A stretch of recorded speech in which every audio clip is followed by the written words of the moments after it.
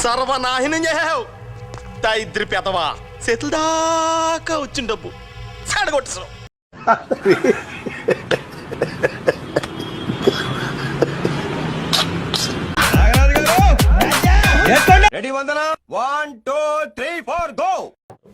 అసలు ఏంటి మీకు శ్రీకాంత్కి ఉన్నటువంటి సంబంధం? మీరిద్దరు భార్యాభర్తల? అక్రమ సంబంధం.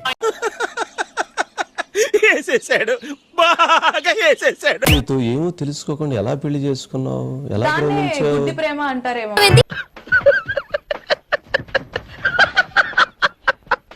అది అలా జరిగింది. గుడ్డి ప్రేమతోటి వాళ్ళు వెళ్ళి నువ్వు అక్కడ ఉన్నటువంటి ఆ ప్రాపర్టీస్ దెబ్బ అదర్సు కదా.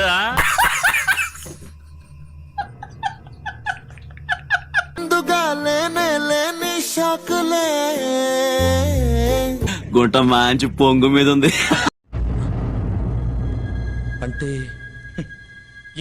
ఎవరైతే వనం దివ్య అలియాస్ రీతు చౌదరి ఇప్పుడు మహాన్యూస్ స్టూడియోలో ఉన్నారు. అసలు శ్రీకాంత్ కి తనకి ఉన్నటువంటి రిలేషన్ ఏంటి, అదే విధంగా గోవాకి తనకి ఉన్నటువంటి రిలేషన్ ఏంటి? ఏం జరిగింది, ఏం జరుగుతోంది, ఏం జరగబోతోంది నాకిప్పుడే తెలియాలి. సరే, హాయ్ దివ్య. హాయ్ రీతు చౌదరి. వచ్చిందండి వయ్యారి. ఒకప్పుడు అంటే మేము 2022లో వీవర్ ఇన్ రిలేషన్షిప్. 2022లో వీవర్ ఇన్ రిలేషన్షిప్. సాహసం అనే చెప్పాలి.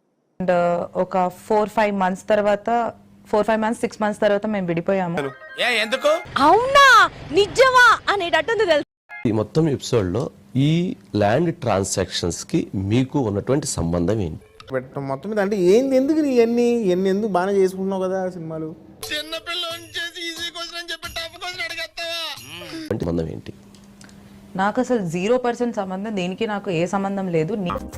ఎంత మోసం కిషోర్ సార్, ఇలాంటి హ్యాంగ్ చేసేయాలి, నటి రోడ్లో ఊరి తీసేయాలి. మహా అంటే 1 వీక్ మేము ప్రాపర్ గా మాట్లాడుకుంది కలిసింది ఉంటది. ఆ 1 వీక్ లో ఇతనే అమ్మాయి అంటారా దీన్ని? ఎవరన్నా కిషోర్, దీనికున్న అలవాట్లకి దీనికున్న వ్యసనాలకి అమ్మాయి అంటారా దీన్ని?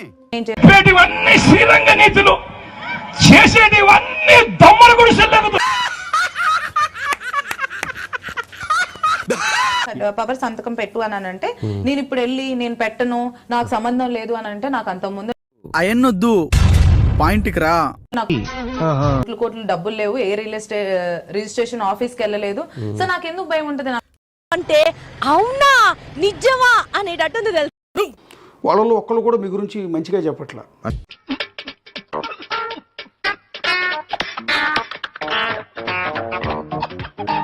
ఇంకా పచ్చిగా చెప్పాలంటే హైదరాబాద్ లో అమ్మాయిలతో వ్యాపారం చేస్తాడు. ఏం జరుగుద్దో ఏమిటో. అప్కమింగ్ హీరోయిన్లందరినీ కూడా మీరు గోవా తీసుకెళ్లి బిజినెస్ చేస్తుంటారు అనేది మీ మీద ఉన్న అలిగేషన్. ఏం మాట్లాడుతున్నావురా, నరాలు కట్ అయిపోయింది. వచ్చిన ఆరోపణలను క్లారిటీ తీసుకునే ప్రయత్నంలో బాగా అడుగుతున్నాం.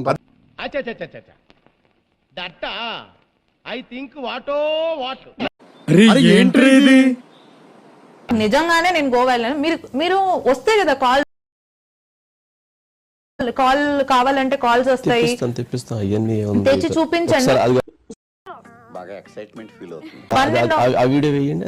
అది ఎప్పుడు పెట్టిన బ్లాగ్ చూద్దాం, అది ఒకసారి వేసి. ఇప్పుడు వద్దు.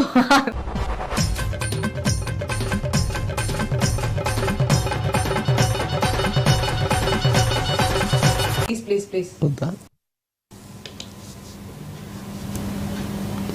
ఓకే, తిక్క తీరిందా? మోస్ట్ ఎంటర్టైన్మెంట్ ఫీల్ అవుతున్నాడు. అది నేను ఒకవేళ నిజంగానే అతను పెద్ద అది ఇది అన్నప్పుడు నేను యూట్యూబ్ బ్లాగ్ లో ఎందుకు పెడతాను? ఏదో తేడాగా ఉందేంటి? కోట్లు 800 కోట్లు అని పెట్టిన దానికి వాళ్ళు ఎలాగో నన్ను నా ఇన్స్టాగ్రామ్ కమెంట్లోకి వచ్చి మరీ కమెంట్లు చేస్తున్నారు. నాకు గన్నెత్తారా? ఎందుకు కాల్ చేసి అన్నమని జైలుకి వెళ్ళిపోతా, నాకు గన్నెత్తారా?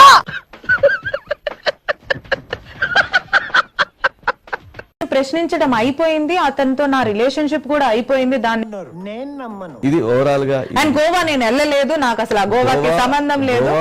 మిమ్మల్ని ఎక్కడో చూసినట్టుందండి. నిజంగానే నేను గోవా వెళ్ళాను. మీరు వస్తే కదా కాల్. అయిందా? బాగైందా? ప్రతిదానికి ఓవర్ ఎక్స్ప్రెషన్. ఇప్పుడు అనండి.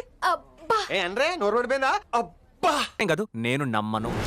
వెళ్ళింది ఎప్పుడు వెళ్ళింది అంటే 1.5 year బ్యాక్ వెళ్ళింది. ఏం పాయింట్ పెట్టావన్నా, సూపర్. వేసేసాడు, బాగా వేసేసాడు.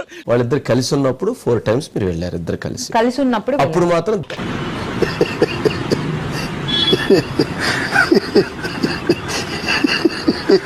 ఒక అతను డబ్బులు ఇచ్చుకుని చక్కగా అమ్మా నువ్వు ఉన్నావమ్మా?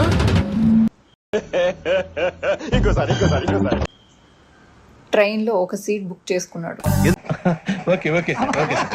ఒక అతను హడావిడిగా ట్రైన్ ఎక్కేసి ఉచ్చోసుకుంటాడు లేకపోతే ఊరేసి చస్తాడు. మధ్యలో నీకు ఎందుకయ్యా? నిద్ర లేదు, సుఖం లేదు, దెబ్బ మీద దెబ్బ. ఆహా, ఆ మొక్కం చూసావా? ఇప్పుడే సర్కస్ నుంచి పారిపోయి వచ్చిన చింపాంజీలాగా ఉంది.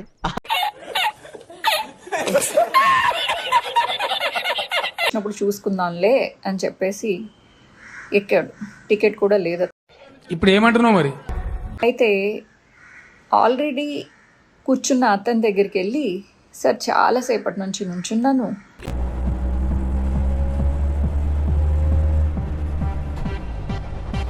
నా కాళ్ళు చాలా నొప్పి వస్తున్నాయి, వెళ్ళి వితౌట్ షుగర్ అని శంక నాకు. కొంచెం చిన్న ప్లేస్ ఇస్తే ఒక కాలుతో అయినా, ఒక కాలు మీదన్నా నేను బేస్ చేసుకుని కూర్చుంటాను కొంచెం సేపు,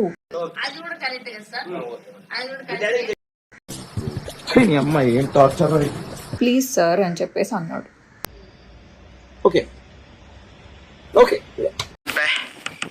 ఏం ఈ పనుల్లో కనిపించలేదు, పైగా ఫిజికల్ గానీ మెంటల్ గానీ స్ట్రెయిన్. ఒక పేదవాడు ఎముకలు కొరికే చలిలో వణుకుతూ ఉన్నాడు. ఇక నిండా మునిగినాక సలే ఉన్నదిలే గాని అది చూసిన ఒక పెద్ద మనిషి, అలా వణుకుతూ ఎంతసేపు ఉంటావు?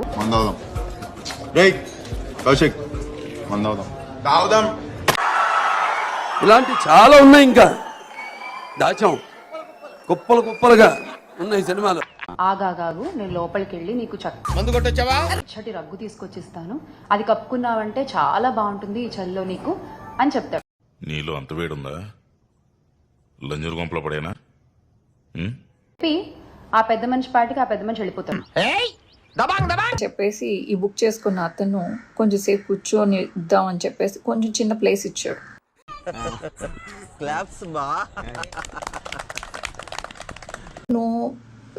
అంటే ఇతను టికెట్ లేని అతను నిద్ర వస్తున్నట్టు యాక్ట్ చేసి, నువ్వు చెప్పేదల్లా నమ్మడానికి నేను ఎదవల్లాగా అనర్జుకేటెడ్ కాదురా, మరగుచ్చదవా, మొదలచ్చి పెదవా, పింజారి ఎదవా, నెలసొక్కుదవా. సీట్లో ఉన్న వాడి మీద ఓ పడిపోతుంటే కొంచెం కొంచెంగా ఆ ప్లేస్ ని ఆక్రమించేశాడు.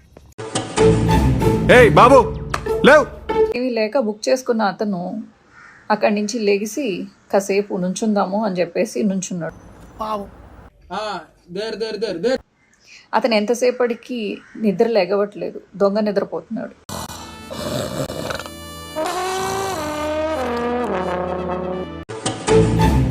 బాబు లేవు. ఇందులో తప్పులు ఎంచుకునే కన్నా అదృష్ట దురదృష్టాల్ని ఎంచుకోవడం ఉత్తమమేమో అనిపిస్తుంది. చెప్పేటివన్నీ శ్రీరంగ నీతులు, చేసేటివన్నీ దొమ్మల గుడిసెల్లోకి దూరడం. బయట ఇతను వెయిట్ చేస్తూ ఉంటాడు, ఆ పెద్ద మనిషి ఎప్పుడు వస్తాడు, ఆ రగ్గు ఎప్పుడు తెస్తాడు, నేను ఎప్పుడు కప్పుకోవాలి, నేను ఎప్పుడు నిద్రపోవాలి అని. ఇంతటి దారుణమైన మనిషి బహుశా దేశంలోనే ఎవడు ఉండడు. చెప్పు డాడీ.